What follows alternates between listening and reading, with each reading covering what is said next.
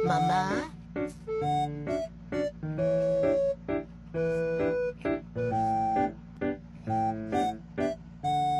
Ano gusto ng cat food?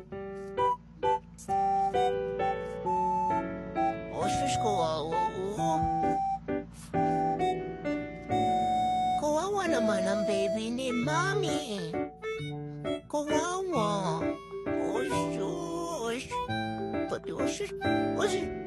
Ayan na. Oh, grabing kawawa. Uy. Grabing kawawa. Mantay na lang natin yung cat food dumating ngayon, no? Ilang minutes lang naman, andito na yung cat food mo. No? Sus ko, kawawa naman yan. Sorry na, hindi naman kasi napansin ni Mami eh. Naubos na pala ang cat food.